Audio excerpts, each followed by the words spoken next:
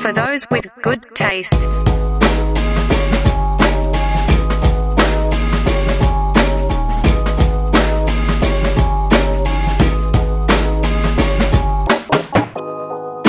Hey, what is going on, everybody? It's your boys from For Those with Good Taste. I'm Matt.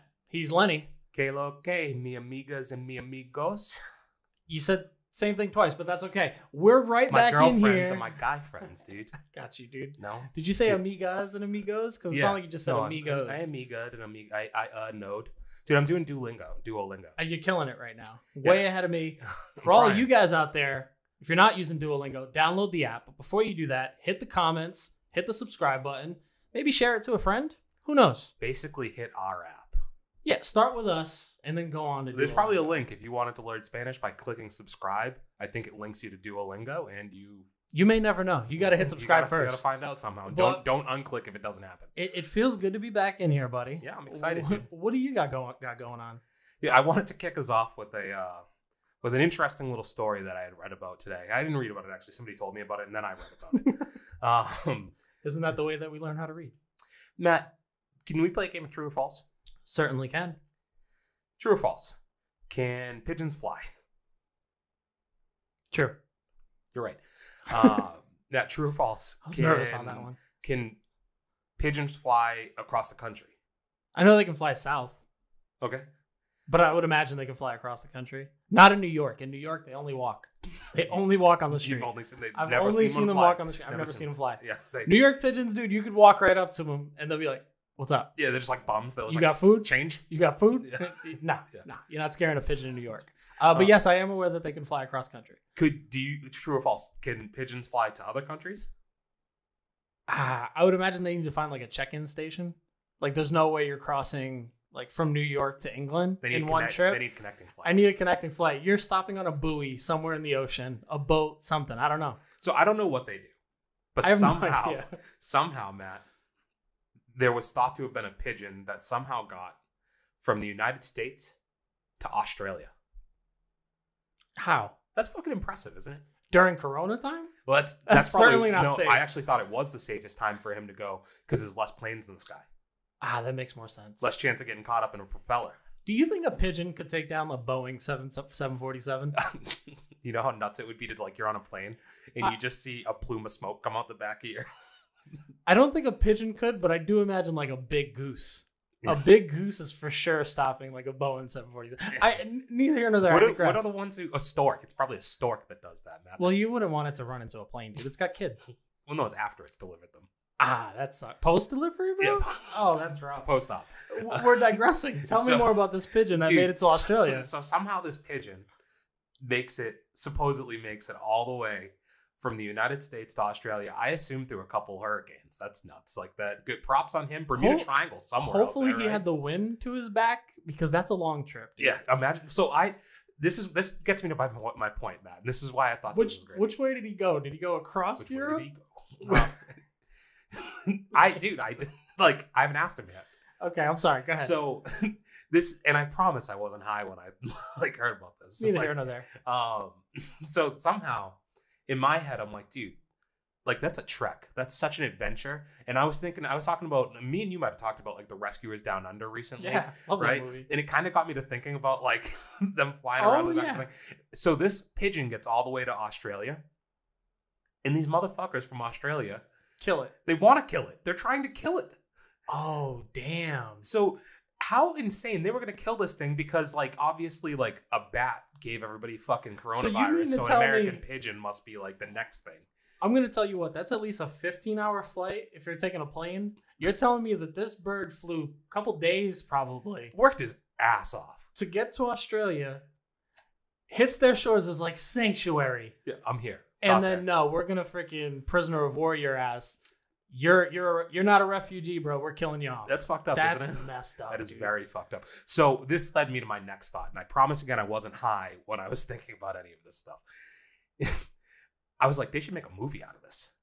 You would have to. Like, think about a Disney movie. The perseverance that pigeon took out, right? This pigeon is a refugee from a pigeon camp that's somewhere in California, I assume. Maybe it's in Alcatraz. Maybe that's what they've repurposed Alcatraz for. Rikers Island. Yeah, there we go. And then like this pigeon fucking digs its hole through. He has a little pigeon poster on the wall. He's been pulling it down every night, pecking away at the wall there, right?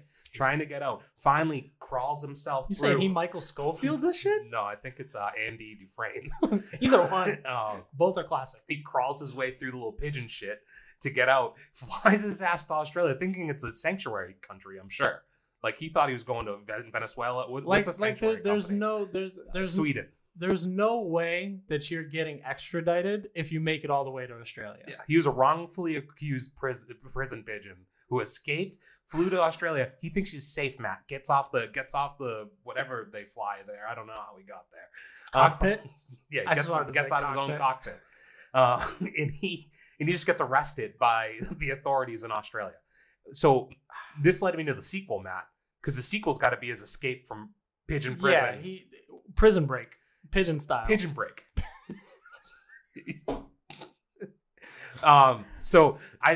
This then led me to find out, though, after I heard the story and had all these insane thoughts about it, that they found out this is a fraudulent tag. He had a little tag on his leg that said he was from the US. It was a fraud. It wasn't even real. He was from Australia. Oh, dude, you hoodwinked me. So apparently there's such thing as racing pigeons, though? I would imagine. I had no idea. Yeah, I think they're trying to get away from it, similar to like dogfighting, and that's why you're seeing a lot more. You sound like you're talking super serious. Well, no. That I'm 100% sure you know nothing about. Well, I was going to say that drone racing is taking its place. Oh. Yeah. Okay. So that's your actual area of expertise. Say. You just knew that it originated in the world of pigeon It will eventually work the same way robots will take over for boxers. Did they put a chip in the pigeon? What do they do? I mean, they started with a tag, and it was a false tag, apparently. So I don't know where we're going with that. But how fucked up? They were ready to kill this thing. I mean, what's the worst that they could have done? Were they going to like lethally inject him, or were they going to thought that pigeon had a family. We're going to make pigeon stew? Neither here nor there, man. Yeah. I mean... you've honeydicked me into wanting to read a little bit more about this story, but then you tell me that it was just an Australian pigeon who flew to Australia. Maybe I'm wrong, surprised. Dude. Hey, don't steal my movie idea either. But so that wasn't the only animal news I had for us. That had a real Edward Snowden effect to it. Jesus. That's not the only animal news that I had for us this week, Matt. What else you got, buddy? I wanted to move us on to a little bit more serious of a topic, and I just wanted to take a moment. You good? Yeah, no, this is tough. It's hurting you. This is tough. I wanted to take a moment and just have a moment of silence for our guy Siegfried. Oh, I see. Okay. Yeah, Siegfried finally saw his day. He bit the big one. Siegfried took a real big bite out of life. Sometimes life took a bite out of him. Yeah. You said you wanted a moment of silence. Yeah, we're talking. Let's just not too long though. And I think we're good. Was he the tiger or was Roy the tiger? I don't know. Who was who? I think they're both humans. Oh, shit. Are you kidding me? Yeah, because I don't think a news report breaks if a tiger bites a tiger. But if a tiger bites a human... That's an exceptionally fair point.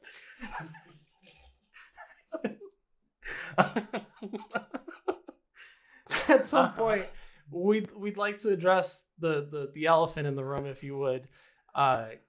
Siegfried was old. All right, this wasn't another animal attack. Yeah, it wasn't a surprise. Animals are not going wild. R.I.P. Siegfried will probably forever be known and tied to a tragic event, unfortunately. Siegfried was a pioneer in the world of cruelty to tigers everywhere, and for that we share that 5-second moment of silence for you. Yeah. You will forever be on the Mount Rushmore of douchebags to own animals with that guy from Tiger King. I was just about to say that. You, Joe Exotic, the guy who took Joe Exotic's zoo from him. And goddamn Carol Baskins. Carol Baskins. Bitch. She danced her star all the way up to the Mount Rushmore. You know who's not a pioneer, Lenny? Who's that? Fucking man? Bruce Willis. This guy's an asshole. I'd like to address that this isn't the first time we've heard that Bruce Willis is an asshole, but it was so timely that a news story just breaks of Bruce Willis just refusing to wear a mask inside of a supermarket. Well, I didn't know if it was a CVS or a supermarket. Either way, so I didn't read very much further into it because I've been heartbroken for years now that Bruce Willis is a terrible human being. Let's talk about it. Yeah. I mean, there have been stories, there have been comedic bits about the type of person that Bruce Willis is. The comedic Kevin Smith did a whole stand-up about it. Well, that's what I was getting at. Kevin Smith did mention you never want to meet your heroes, let alone be in a movie set with them. Dude, I've never felt for somebody so much, just because, like, Die Hard is my movie, man. Like, that is, like, the pinnacle of action movie for me. Bruce Willis has had just many a movie, basically 5 Die Hards that I really, really liked. 16 Blocks? Yeah, it was 16 Blocks. That movie with Billy Bob Thornton. That other one with Chandler. I gotta make it to my meeting. Tears of the Sun, where he saves a doctor or something. Yeah, dude, movies. Like, I mean, he's the best, and he just what a he cop wants out. to kill Americans, dude. What a cop out. Terrible. Yeah. So Kevin Smith. Shout out to Kevin Smith came out and let us know about that one, which I liked that movie, and it sucks even more to know how bad that movie actually was behind the scenes. I think that's shout out to Tracy Morgan. I think Tracy Morgan did a lot of the heavy lifting in that movie. Yeah, he's really good. And then Sean William Scott making an appearance doing parkour all over the place. Don't mean to spoil it for you. Fantastic part of the movie.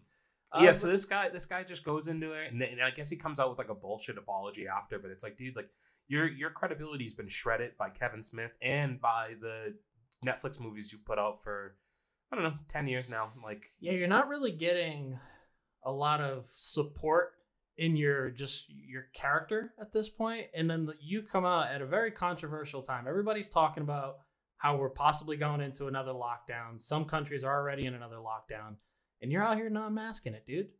It falls in line though about everything, like with a lot of what Kevin Smith said though, where like the guy thinks he's like bigger, like he's holier than thou, like he thinks he's way bigger than he is. It's like, dude, you haven't done a movie that has actually had any critical success or really box office success for that matter in what, like 10 years, 15 years, long time. You've been like you've been doing like Korean films, not that Korean films are bad. No, that's not what I mean. I know it's what just you're saying. that like culturally it makes no sense for him to be the characters that he is, but they're just paying him to try and get him because they're hoping he'll still be a star in Korea because they haven't actually seen him since Die Hard 3. I do feel like over there though, Bruce Willis just looks like every other white guy. You know what I mean? Yeah. Like one of those things, like if he's on a poster over there, nobody's like, oh, that's Bruce Willis. Like, who do you think they think he is? That's Howie Mandel. I was gonna go with the one who plays Jonah Jameson. In the Whiplash. Whiplash. Who's the guy in Whiplash? Good question.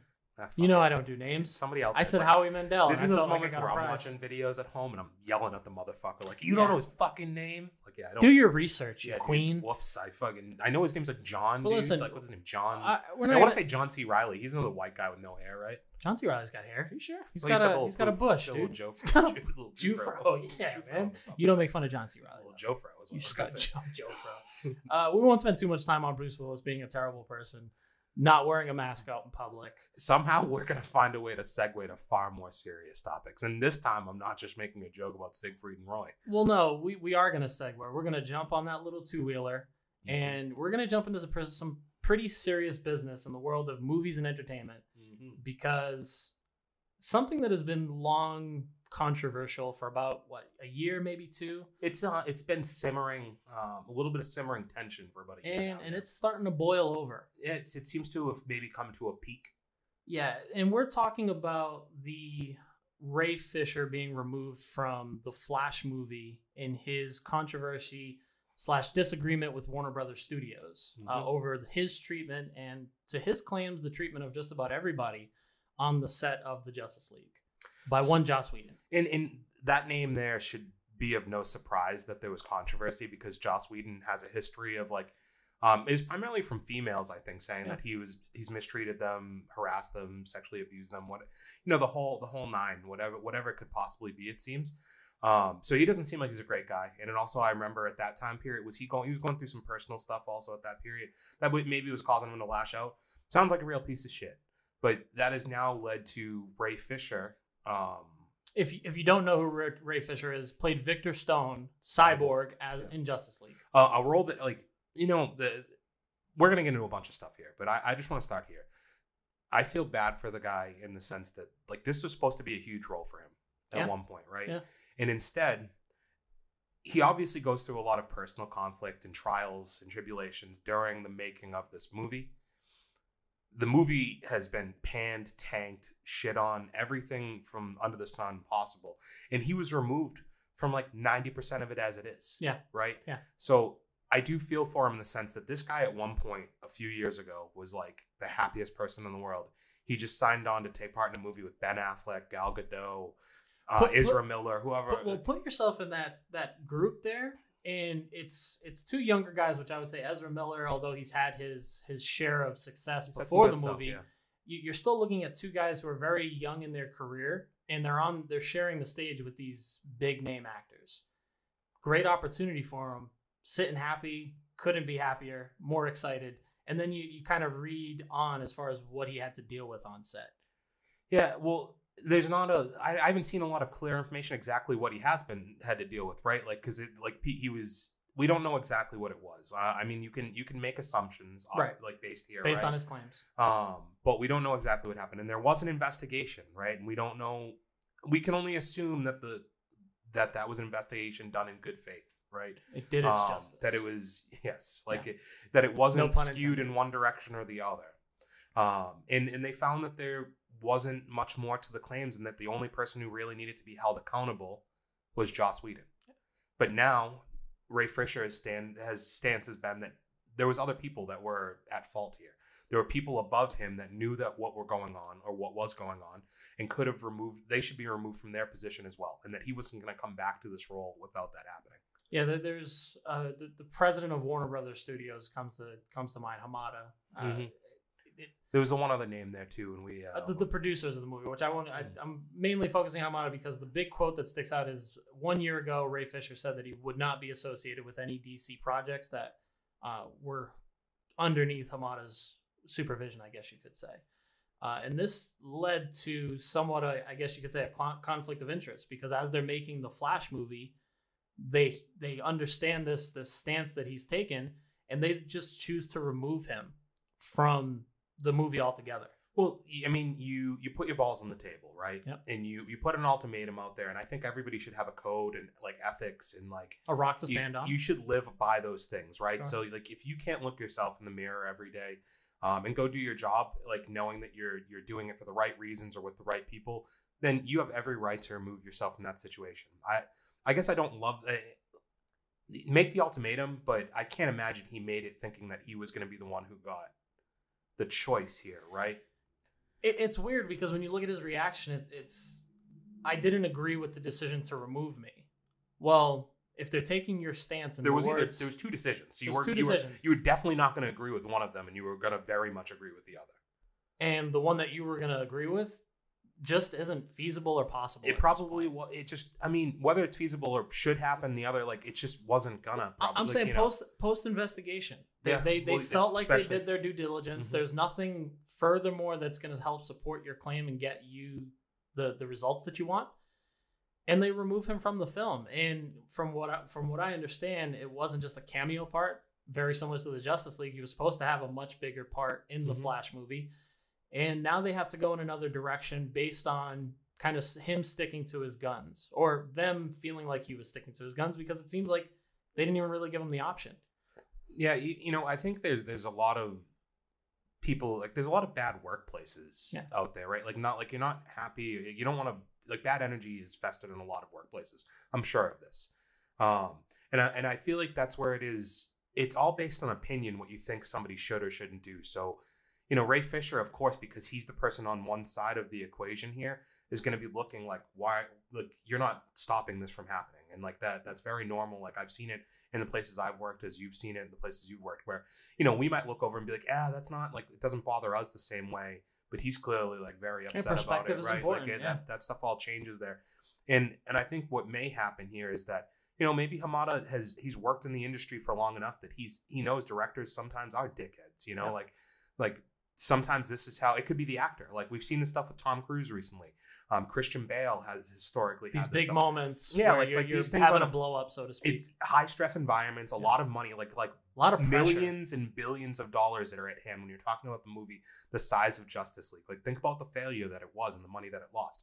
So Joss Whedon's whole career is really riding on this, and I'm sure that, like, as an executive, you're like, tensions get high. People will say some hurtful things, but it's your job as like an adult to move on.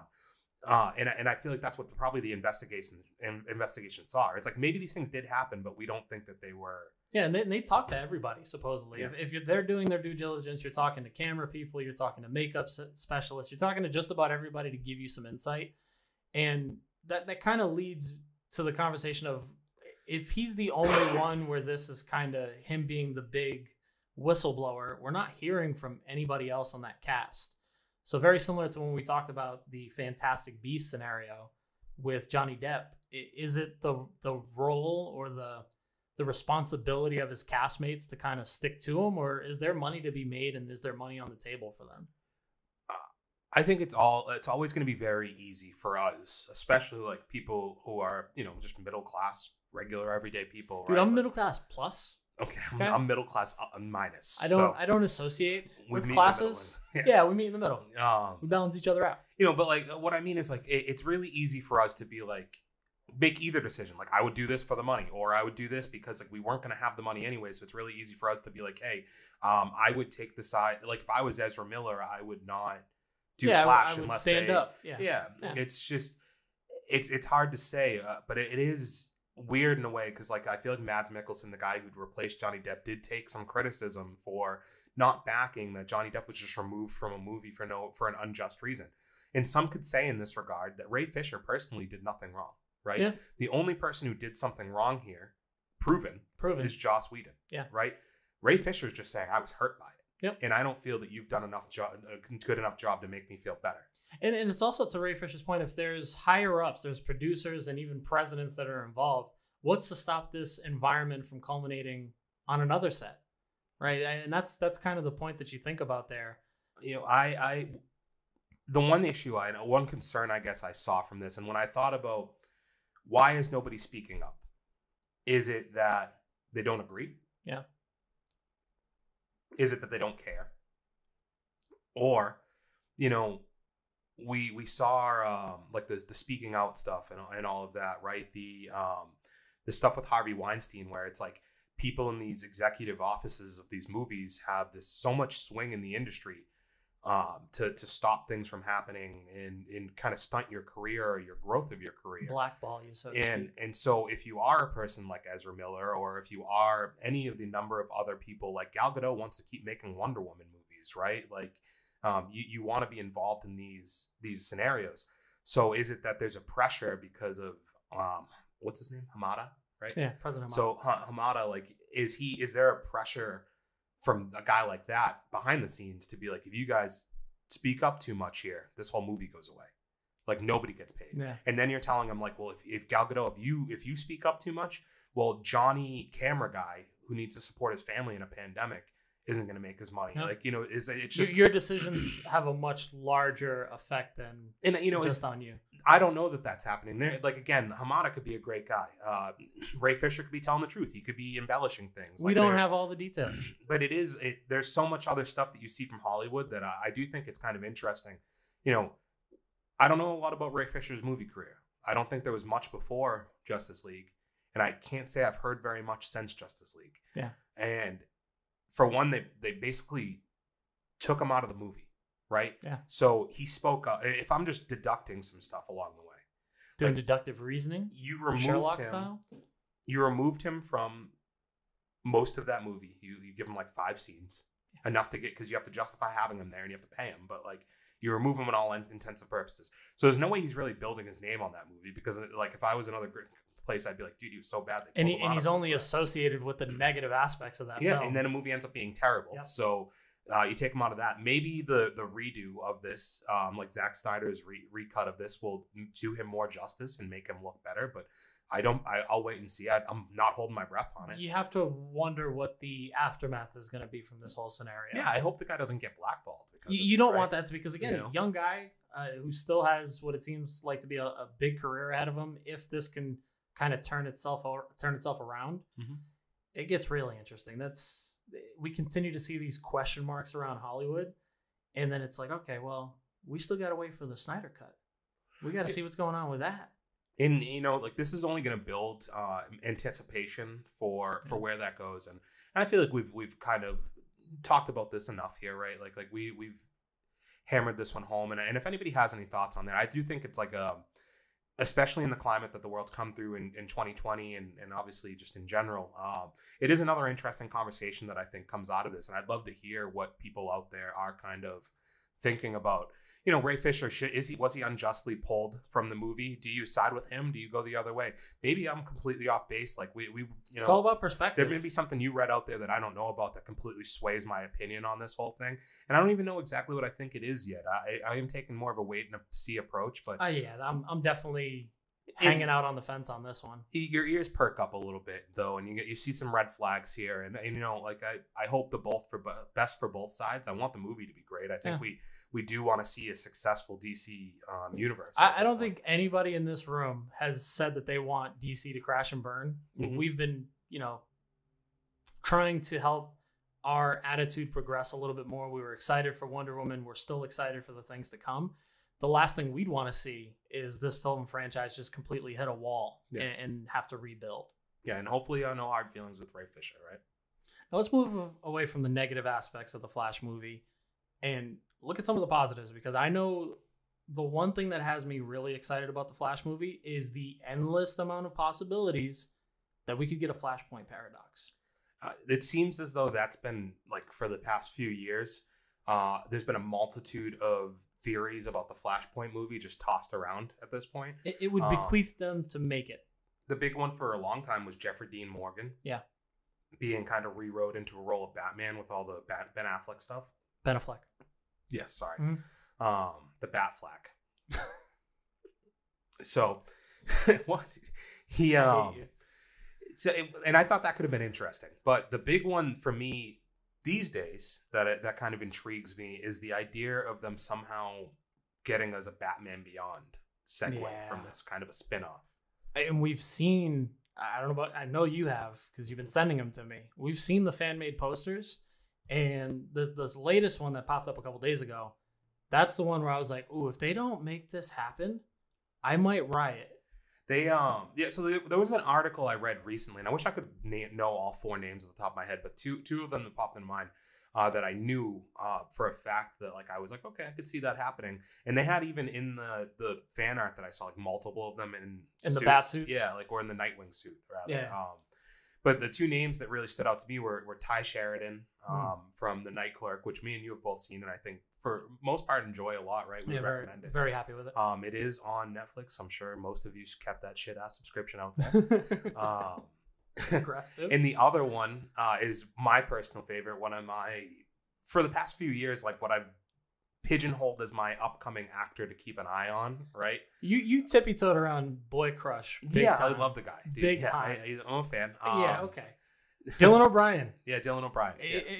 This studio is well known for being a promoter of Dylan O'Brien. Yeah, so for those of you who don't know who he is, I mean, most people probably would recognize him from the Maze Runner series. Yeah.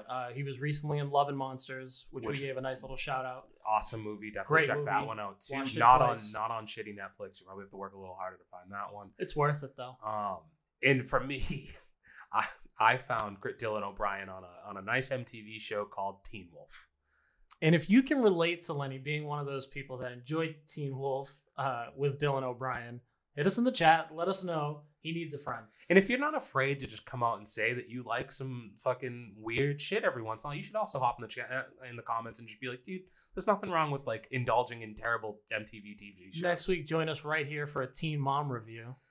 Zero Teen Mom, but if anybody out there has any interest in talking about the challenge with somebody, anybody wants to dive balls deep into the challenge with your boy, hit us in the comments. You could also sit right here because we're not fucking doing that right now. Neither here nor there, buddy. I was excited, man, because the idea that Michael Keaton's going to play old Batman. So we didn't even let the crowd know that. Matt. Sorry. I got excited. I jumped the gun. Yeah. Because what I was going to say, Matt, to really set us up for this is there was one other movie with Dylan O'Brien that I didn't mention. It was American Assassin. American Assassin is a movie which he starred in featuring one Michael Keaton. And I thought, well, that movie is fine, like so-so. It's a good action movie, and I'm probably biased, so you might not like it, but they were both good, I thought, for the most part. And Michael Keaton especially was very good at it, I thought. And he's kind of seen a career resurgence. I feel like if people are appreciating Michael Keaton more in the past 5 or 6 years, I feel like maybe it was the role in Spider-Man that kind of put him back. That's definitely not going to hurt. And dude, okay, spoiler alert, right? 3, 2, 1, all that shit. Don't lackadaisical the timer, dude. 3, 2, 1. Spoiler alert. Yeah. Spoiler alert. Go. Sorry. Do it correctly.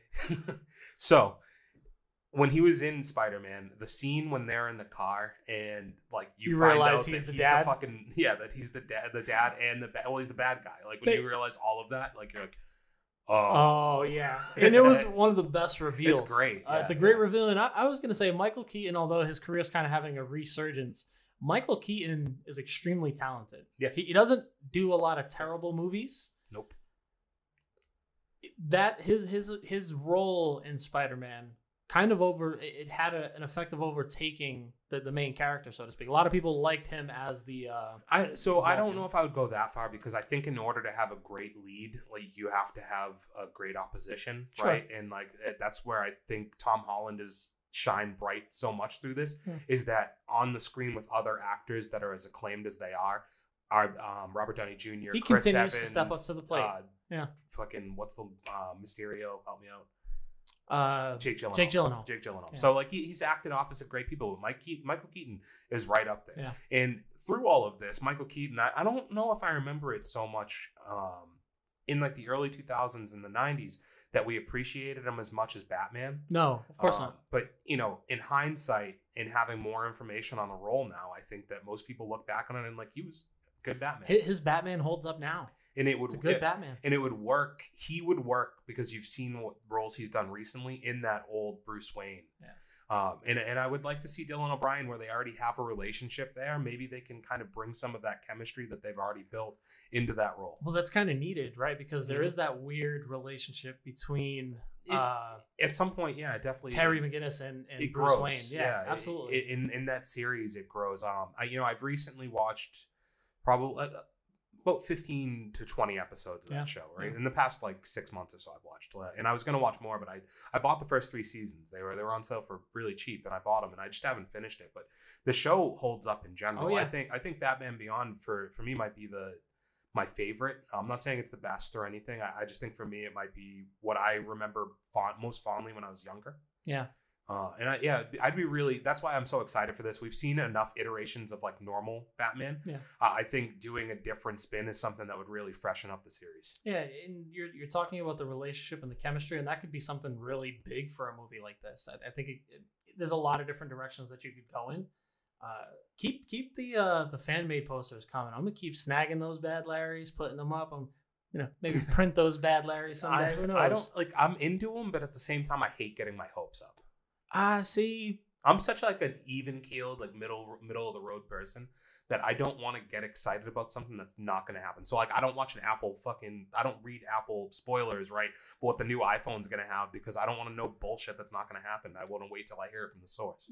Sure, but there's something about visually appealing to me. A good Photoshop. I get it. And people are getting really talented out there. I've seen some pretty good ones with Thor lately. The Thor one you posted the other day, man, that was that first one. Don't think it's real. It's not. That was a clear steal from Assassin's Creed. But I looked at it and I was like, man, how dope! Because I'm watching Vikings now as well. I'm finishing the last season. So how are you finding time to watch Rescue Me and Vikings, dude? Like that's just a lot, and it's very opposing. Like. Thought processes. I wish I could explain how the time in my day works, but I can't because. Because like I'm a big 2-screener, right? Like so I'm a big like you double do something here and then like I'm always like putting something like in this area.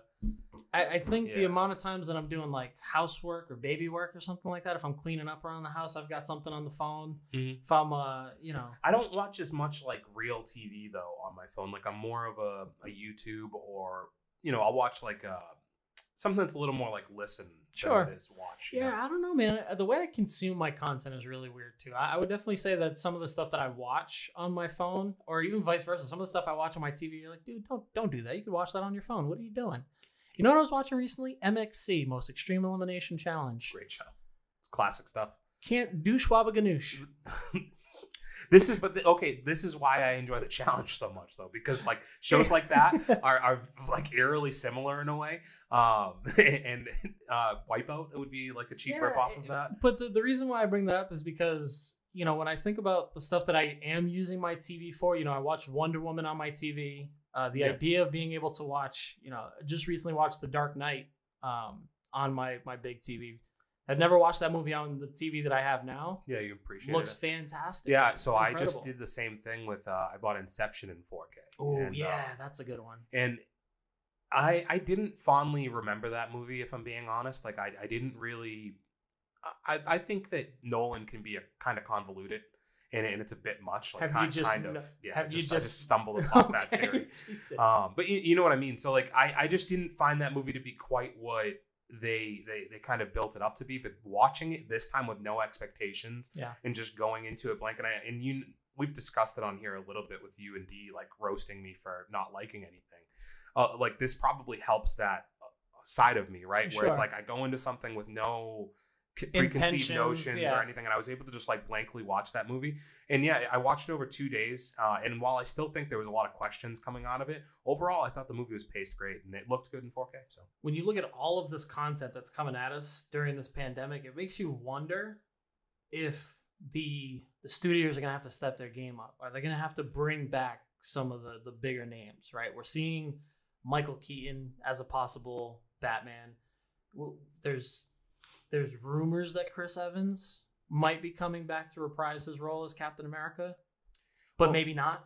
You know what I had seen was something about how Marvel is seeing this as potentially as an opportunity to kind of reframe the way they were going to build out the Marvel universe, right? Because now, especially if the whole industry of the movie theater is dead, it's going to make it kind of difficult at this point to see Marvel pushing all their eggs into that basket, right? So now they're thinking about reframing the way they tell their stories. And to your point, that could be kind of crazy. Not only just the idea of bringing back like big actors like a Keaton, or paying Cap the money to show back.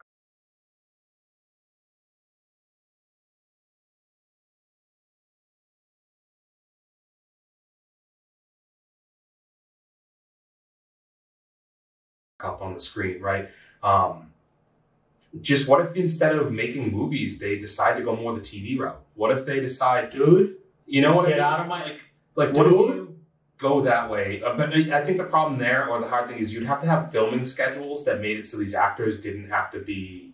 Because TV, the reason people don't do TV in a lot of ways is because those schedules are really hard, right? To film a whole season of TV. 12 to 16 weeks of like 13, 14 to 18-hour days, whatever it is. Sometimes. And have you heard some of the horror stories about like filming during quarantine right now? It wasn't even so not the filming during quarantine. What's going on with that? So you had a few movies like Songbird came out during. There were a couple instances where they would give you a layout of like 12 weeks, right? Hey, we're going to need you for 12 weeks from January until the end of March, right? Something crazy like that.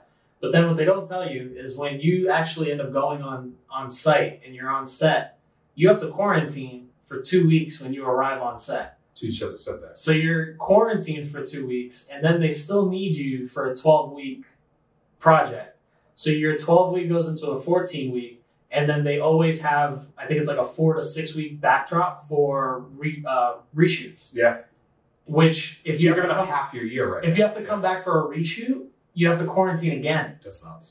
So everything basically gets added 2 to 3 weeks just for the amount of preparation and kind of isolation that you have to go through. It's pretty insane. I think it was Ruby Rose was one of the ones they were talking about with her thing on the Batman, or the Batwoman. Is that when you sign on for that role, you're like, yeah, it'd be fucking dope to be Batwoman, right? Like to be a part of like the Arrowverse and all of that.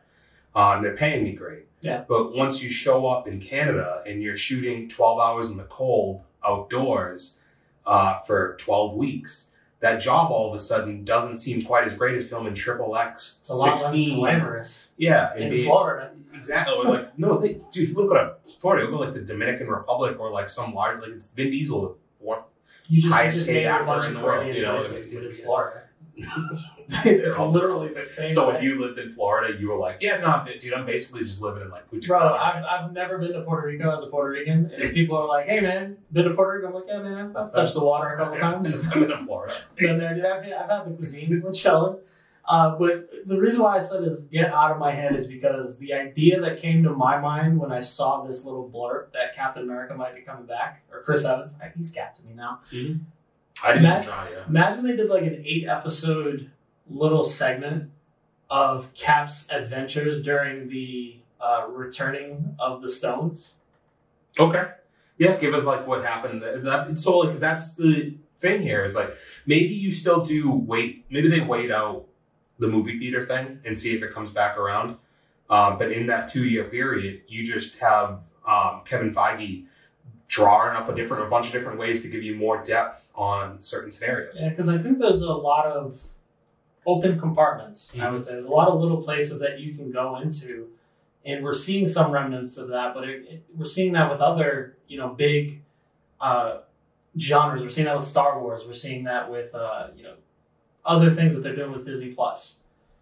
The idea that we don't even really know if Chris Evans is coming back. Like, have you seen anything that says, I'm coming back for sure? He rebutted it right immediately. We don't know for a fact. I just know he said news to me or something like that, right? Doesn't that... Have you ever said, well, that's news to me, and been like, oh, that's dope? Hey, no, but we don't know what was news to him. He could have read about the pigeon making it to Australia, dude. Or he just found out about Siegfried, dude. Or he realized that Bruce Willis is in a masker, and he's like, news to me. I thought he would have been a guy who always wore a mask. I hate you because you're going the Ryan Reynolds approach. Like, hey, he could be talking about anything. No, dude, he's talking about what's the most important thing that he could be talking about right now, and it's his career. Speaking of Ryan Reynolds, we don't have on our docket today. What, a naked picture of Ryan Reynolds? I do. It's right here. It's right here. Damn! Yeah. Where'd you find that? I was looking for Hugh Jackman and he popped up. huge Jackman. Let's just say happy accident. They officially, because I feel like it's been officially enough, like multiple times now, the Deadpool being a part of Marvel R-rated movie like that. I feel like again this week it's happening. Thank God. Maybe Cap gets he just shows up for a cameo and like Deadpool kills him.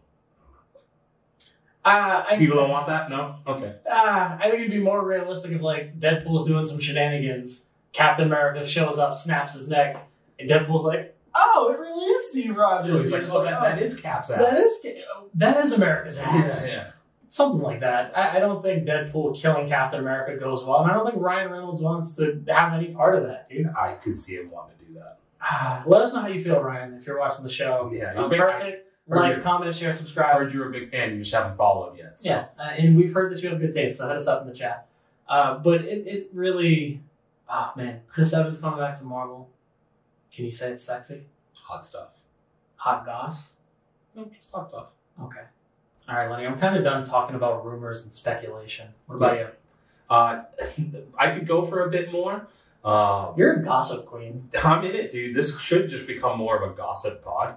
But I feel like I provided the world some news today.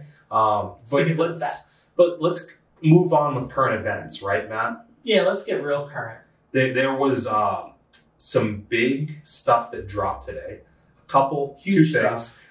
stuff. Disney dropped 2 things on the table. WandaVision.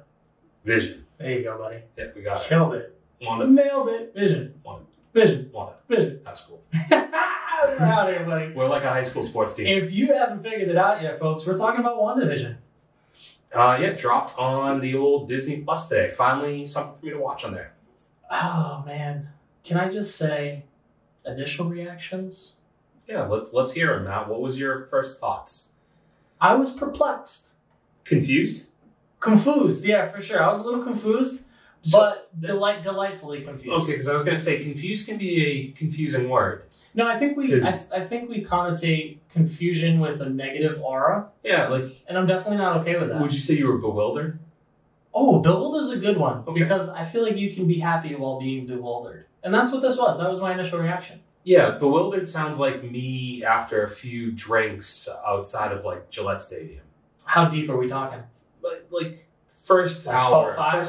stuff of tailgating. You know what? Sounds like my it's not sloppy yet. We're just a little wobbly. We're just cooking. Yeah. Yeah, okay. Dogs. What did you think as far as expectations versus what you actually got? I didn't know what I was kind of getting into because I try to avoid trailers as best possible. Me too. Right? So I try to kind of go into things with an open mind as best as possible, as funny as that sounds. So I did a good job with this. I kind of had expected something with time travel or like them jumping around different times because I'd seen some of the visuals from it and they were interesting, right? Coming out of it, I'm pleasantly surprised. I am also a little confused, bewildered, by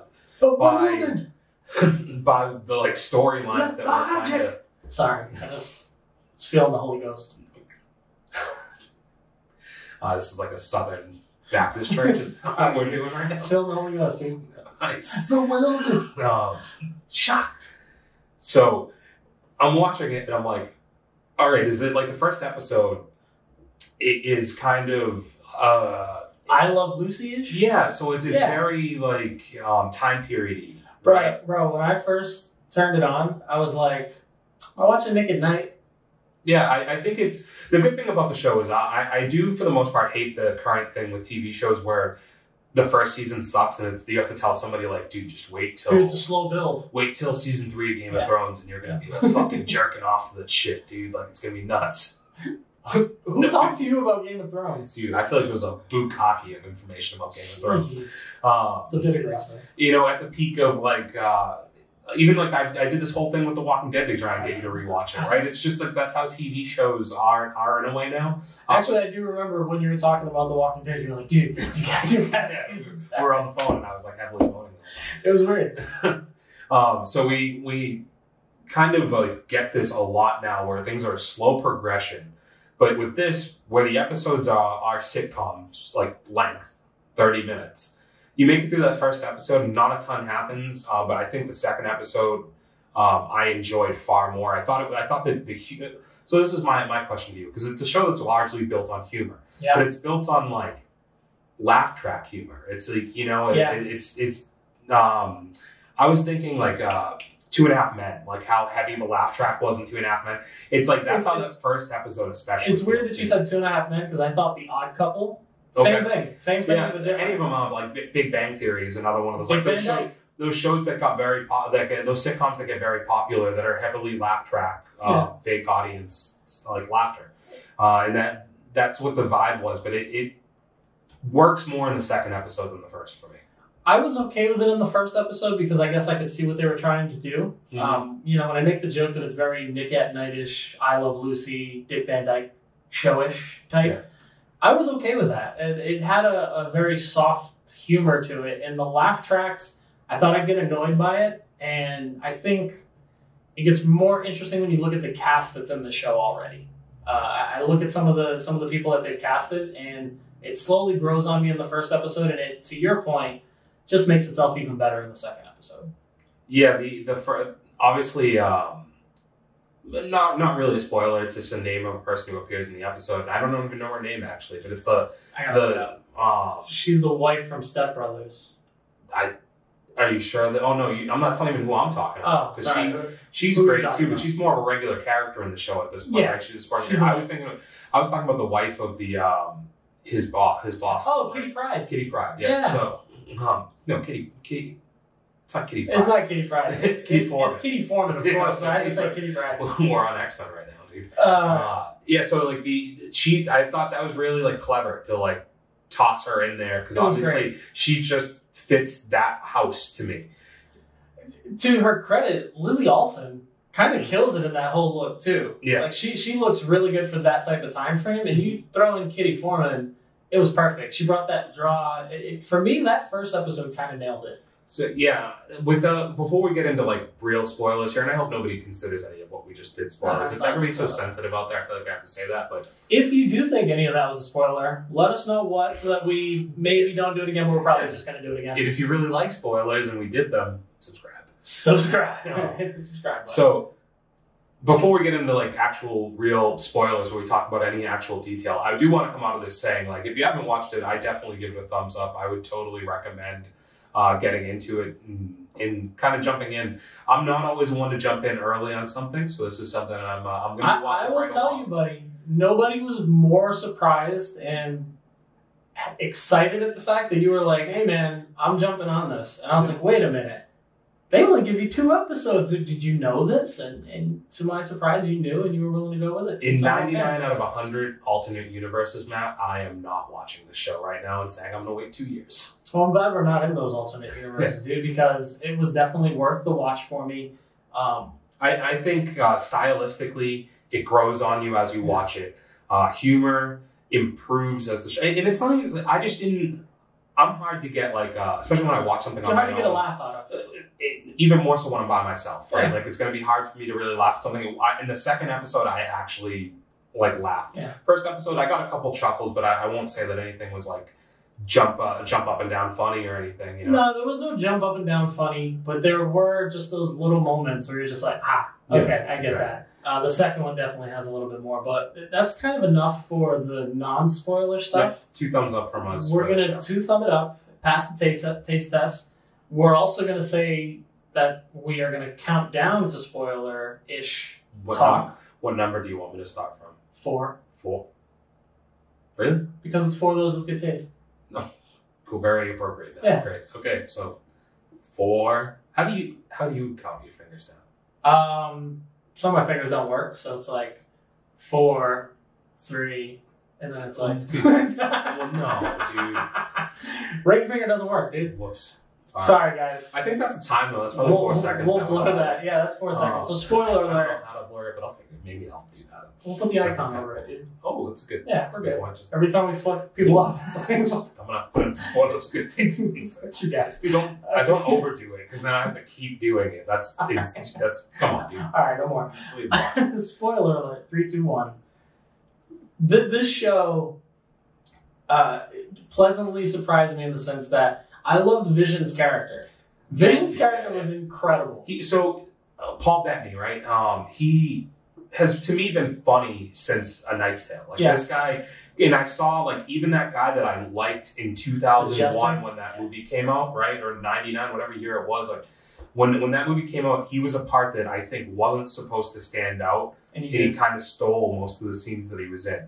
That charisma, 20 years later, still shining. It shines through. And the parts in the second episode that I found, like, genuinely laugh out loud funny, it's like his portrayal of, like, kind of a drunk robot is like a funny.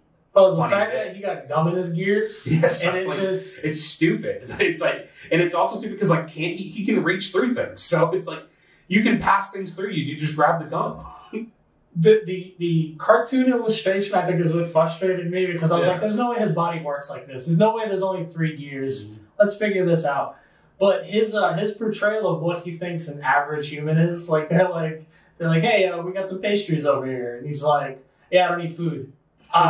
Between food periods, he's like, I don't eat food outside of meal time. So that's what I'm saying. I'm a food eater, though. And the fact that he's just like, all right, well, when in Westview, takes the gum, swallows the gum. Every bit about it was perfect. No, that was also a Disney Plus masturbation joke. Yes. Because he said it's normally for mastication. No, not mastication. That's mastication. Okay. There we go. Mastication. Yeah, so, it says that way. And the dude's like, whoa, I don't do that. Dude's like, no, I don't do that. So I didn't think Disney would give us, like, that straight in my face of a masturbation joke. But they did. They threw that right in my face. Bukachi and throw it in your face? Come on, man. That's 2 for 2 right there. The first episode, before we keep... Yeah, I'm sorry. Clearly, like, we really liked the second episode. But the first episode, you know, the dinner stuff was fine. Can we start from the beginning? Mm-hmm. Because the heart on the calendar and them just having absolutely no idea what that means, what it's about. You can probably relate to that way more than I can relate to, right? We don't even use the calendar in my household. Yeah. It's like, hey, when's that baby got a doctor's appointment? When she's 10 months. All right, I'm going to carry the 1. That's yesterday. Shit, we missed the appointment. But it's just funny to me that they've been dropped into this weird little town.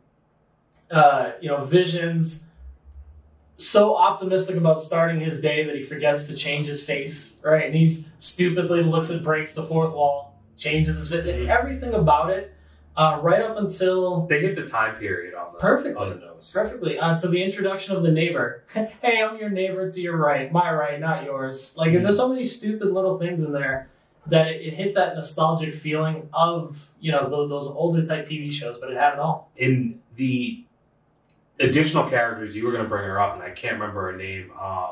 The next door neighbor there, though. Yeah. She is great in everything. She's a person who's definitely largely made her career as just like a great supporting actor, right? Let's get her name. Cast was down the bottom, buddy. I'm just going to go behind you. That's fair enough. What is your name? Catherine Hahn. Catherine Hahn. Yeah. She is very... I think she lifts that first episode up quite a bit. Big time. She has all the best bits. Yes. The showing back up at the door and like... What type of modern housewife would I be if I didn't have a regular gourmet meal for 4 laying around somewhere? Just every bit of it. For it being a show where we both said we didn't really know what to expect because we didn't watch the trailers. And then you go into it and it's this happy-go-lucky... Totally, I was very... that's a very good point because I was caught off guard by like... I was like, okay, so this is going to be a show where there's going to be no action. And I was like... Yeah. And then I was also like, how long can they keep this up? Because I don't know how many episodes are going to be in the season, right? Like, no idea. I just know that we're getting 2 right now. I don't even know if we're getting 2 next Friday. I assume we are. They'd be damned if they didn't. Damned if they do. Damn you if you don't, dude. But it did have, right off from the get, like it kind of felt like I'm watching the show, but it always felt like the other shoe was going to drop at some point. Because the humor, while it was there, it's like this is Marvel. Like, there's got to be some type of action that happens. And if you're looking for action, you're not going to really get it. But the biggest moment of tension in the episode is you're building through a dinner between Vision and his boss at work, and he wants to get a promotion, so he wants to have like a good meal, right? Like, make a good first impression. We've all been there. Like his is probably a little more like it's so 70s also to like invite somebody over to your house for dinner and like do that whole thing. Yeah, the fact that your boss is coming to dinner just because he hired you, you're weird. But I thought also seeing Wanda like try and figure out how to be attractive to a person who wasn't gonna like they don't even sleep next to each other. No, so like, what were we trying to go for there? So like you're building through all of that and you're seeing this like awkwardness that you would expect from a sitcom. And it's very much so that, but then there's this really weird point at dinner where he just starts like, what is Kitty saying? And I call her Kitty, but she's like, stop. And she just keeps yelling at him, stop. And he's choking on what he's eating. So they're also trying to figure out how they met. So the boss is asking some tough questions. He's like, when did you guys move here? When did you guys get married? What's your anniversary? He's asking a lot of weird questions. Where you're from? And they just don't remember anything. They don't really have an answer. And in the midst of kind of pressuring them, he just starts choking. Mm-hmm. And Kitty's like, stop. But then it just doesn't stop. Like, she just keeps saying it, and then like, I don't know if it's that Vision's like a sociopath in the sense that he's a robot, so he doesn't interpret this as anything weird. Yeah, and then Wanda's like looking around like, dude, you're not gonna do anything? Like, this guy's clearly got a fucking problem. Like, but she's so panicked by not knowing how she met her husband. Like, there's so many questions that they can't really answer. And so the whole time, but it is like very awkward and like there's a weird tension, and like it felt like I was uncomfortable, but I was like, okay, this is weird because like this whole show up until this point has been so like happy-go-lucky and like just like leave it to Beaver, like wink at the camera the whole time. It's getting a little serious. And then all of a sudden you're in this point where it's like, what is fucking happening? And so he falls to the ground, he's choking. She's like, dude, fucking help him, Vision. Like, what are you gonna be a man, Vision? What's up? Yeah, like you're gonna let him die. And he, it's not like, hey, this guy might think it's weird if I save his life by reaching through his chest. Like, he just goes into his esophagus through the outside, like he's a man who's been smoking since he was fucking 10. With one of those machines. One of those things, right? Nice. That's probably offensive. Sorry. Hit us in the jack. So he reaches through and grabs was it the strawberry? What did he grab from his throat? I couldn't really tell you because I was so focused on like what's going to be their spin here? What the fuck's going on in general? Like, what just happened? Like, where did this come from? What is this? And am I supposed to understand that people are going to be able to see their magic? There's so many things that I need to have questions answered. You see the scene where Wanda's got everything going on in the kitchen. But I think in that moment, though, when she couldn't figure, because like right after that, they kind of go through this thing where they all of a sudden everything goes back to normal. Everything's fine. And they just joke around, and it's like it never happened. And so that was like a red herring to me. Yeah. And then I think the following scene, they kind of were like, how do we not know anything about each other? Yeah. And that's when I realized, I started thinking, I was like, are they in like a simulation? Like, are they trapped inside of a world that somebody else has constructed for them? Inception, motherfuckers. I am so ahead of my goddamn time. So Leonardo DiCaprio is probably the bad guy. Don't spoil it, dude. I know this is the non-spoiler spoiler section. Dude, Jesus. So he constructs a dream, or it would be Ethan Page. Ethan Page. You don't dead me. I didn't. I know, but you did it off. You can't do that. All right. Yeah. So Ethan Page constructs this dream in which Wanda and Vision are probably taking part in. We went so far into a cancel culture there just to make a joke that lost any of its fucking hilarity way before it.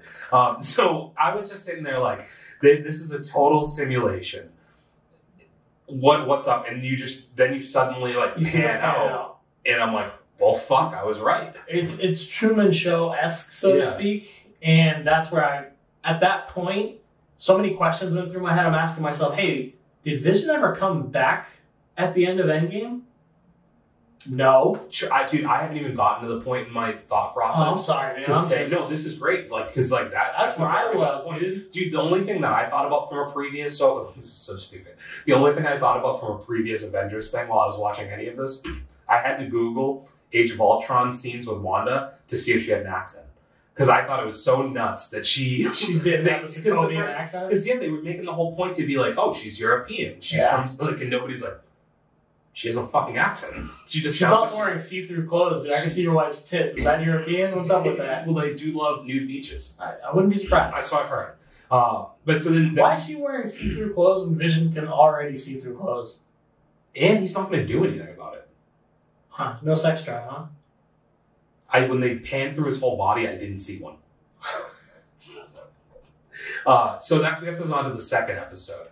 And so with the second episode, I'm kind of like, now I'm like, okay, where are we going to go? How are we going to progress the story? Again, I don't know how many episodes are in this season, so I don't know how fast to expect things. Yeah, I also don't want us just running through the entire episode, right, as like a quick review. But when I think about that second episode, that's where we took the comedy aspect of everything, and we were just like, hey, we're going to throw this to the wall. You guys are going to enjoy it.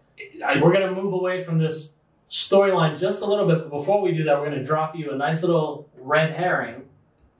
And what was it, man? A chopper.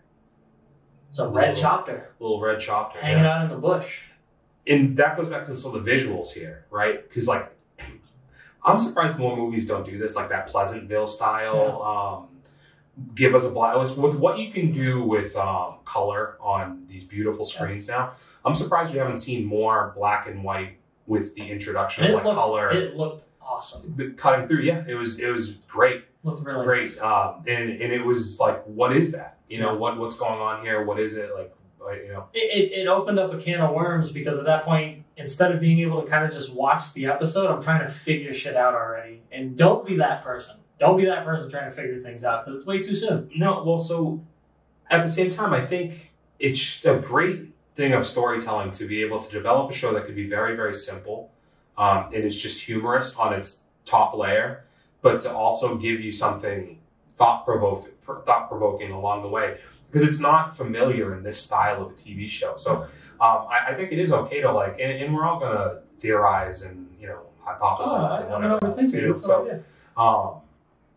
So we get into the talent show in the second episode, and I think that the acting of both, they complemented each other, and then not only the acting, but the two characters themselves in the TV show complement each other's skill sets so well. Like that's like him showing his stuff, like his powers, and then her having to find ways to explain how it's completely reasonable and logical that that's happening. Best scene from the talent show? When he's in the air? No, when that also very hilarious. No, when he lifts up the piano and she's like, it's an illusion. And she brings over the cardboard and the dude's like, that was my grandmother's piano. So, like, who's going to address that? Because you're left like trying to figure out after the fact, like, well, no, like he's not going to. What happened to his piano? Like, no, we're not going to put it back to normal. We're not going to put it back to normal. She's just going to toss it off. The girl gets teleported into the. Yep, and she even asked the question. Yeah. She's like, "How did you guys?" Well, a magician never shares his trick. That's what the assistant's for. And I'm not talking. Mm-hmm. Like what? These two have such a chemistry that works on screen. And they're both able to play to. I don't see Scarlett Johansson being able to do this in this type of format. Well, correct. Forgive me if I'm wrong. It's different characters, of course. But what I was going to say is more interesting when you look at the cast of the Avengers as a whole.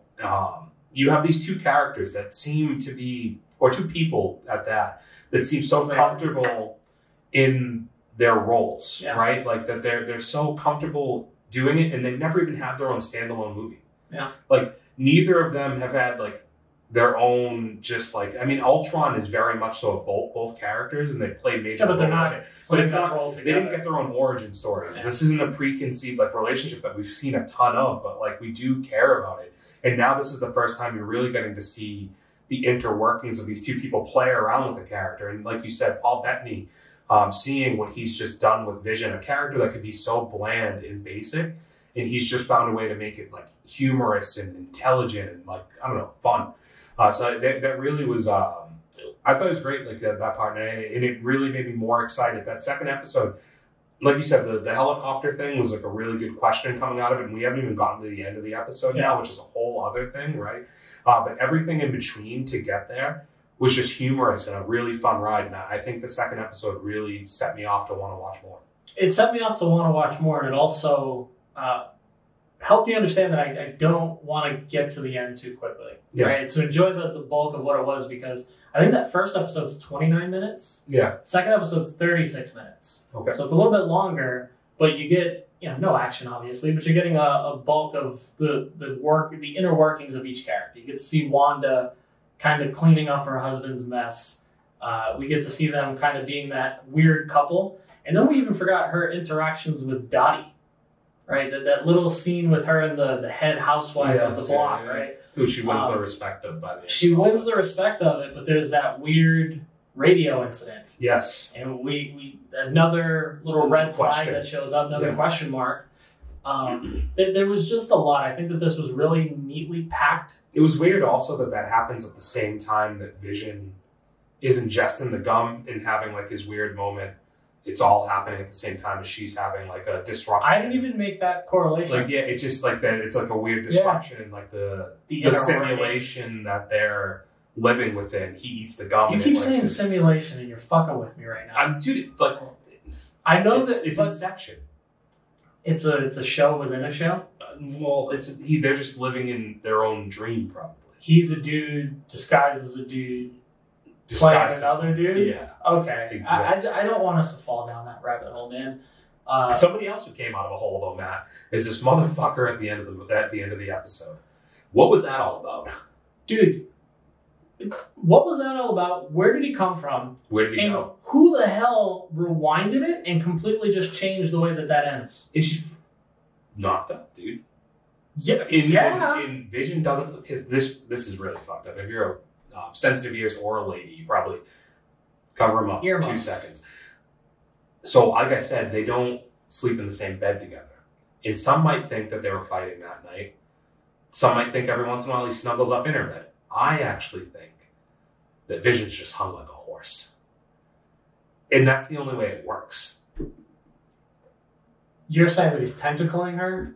From the next twin bed over? That thing has a pulley system in between the bed to hold it up to get it there. It still doesn't explain how she jumped 4 months of pregnancy and already has a humongous belly. Well, when you can shoot it that far up in the stomach, there's less space to travel. That's not how it works, dude. It takes like a couple months to get there, doesn't it? Like when you think about the pigeon trying to get to Australia, that took, I think, like a few months. Are you done? Are you done? We need to teach Lenny how babies are made, apparently. Storks. We talked about it. No, I know, man. But to say that Vision is hung like a horse, that's downright offensive. Yeah, I certainly don't want to end this with us talking about how hung Vision is. So, I mean, I think at the end of the day, we can both say 2 episodes in, we're feeling pretty good about this. We're feeling as good as Wanda did. when she got impregnated? Yes. Nice. I like that you just dug your heels in there. I wasn't done yet. I was not done yet. Sorry, man. Go ahead. Finish. Go ahead. Finish talking about how hung Vision is. I'm going to finish just like Vision did. Does he actually finish? Well, I mean, can he just keep on going? He's pregnant, so I don't know how that works. Immaculate Conception, interesting. Seems like a good place to sign off on this review here, though. I will definitely be looking forward eagerly for the next week's episode, the following week's episode. As of right now, for me, it definitely passed the taste test. I give this a huge apple crisp on this one, dude. I want to eat that shit up. Nice warm apple pie. Don't hold me to that, though. In a few weeks, I could feel completely different. Honestly, we don't know where this train is going. Nope. All we know is that we're docked at station 2 for episode 2, and we're feeling pretty damn good about the trip. I don't actually know half of what I've said in this past hour and a half, so... Well, if you know what he said, and if you have beef with what he said or what I said... Except for the offensive stuff that I didn't want to get us canceled with, but I might have said... Whatever I said. Don't hold any of it. What is really offensive in the world now today? We didn't storm a Capitol, all right? That's very valid. I was not... Even if that picture kind of looked like me, it was not me. I can speak to your whereabouts on that day. We were right here. And we're going to continue being right here, buddy. I don't care where you were. Don't incriminate yourself. We're going to be right back here, guys. Make sure to hit us in the comments. Make sure to hit the subscribe button, which I'm sure you already have, but some of you guys may have not. Jump on that. Stop slacking. Hit the subscribe button. Catch us out on audio, Apple Podcasts, Spotify, Google Play Store. Stitcher, iHeartRadio, maybe it's up there somewhere. I've never used that app, but we're there somewhere. I'm sure we're out there. Super dope. Yeah, check us out, but we are out of here, guys. We out? Au revoir. Later. Duolingo. Do you speak so many languages? We love you. Duolingo, sponsor us, dude. I got you. Click subscribe and you'll get a subscription to Duolingo. 5% off. It's not a real thing. We don't have a coupon code. There's nothing. We're actually just trying to get the hell out of here. So, bye, guys. Toodaloo. Was my smile weird at the end? For those with good taste.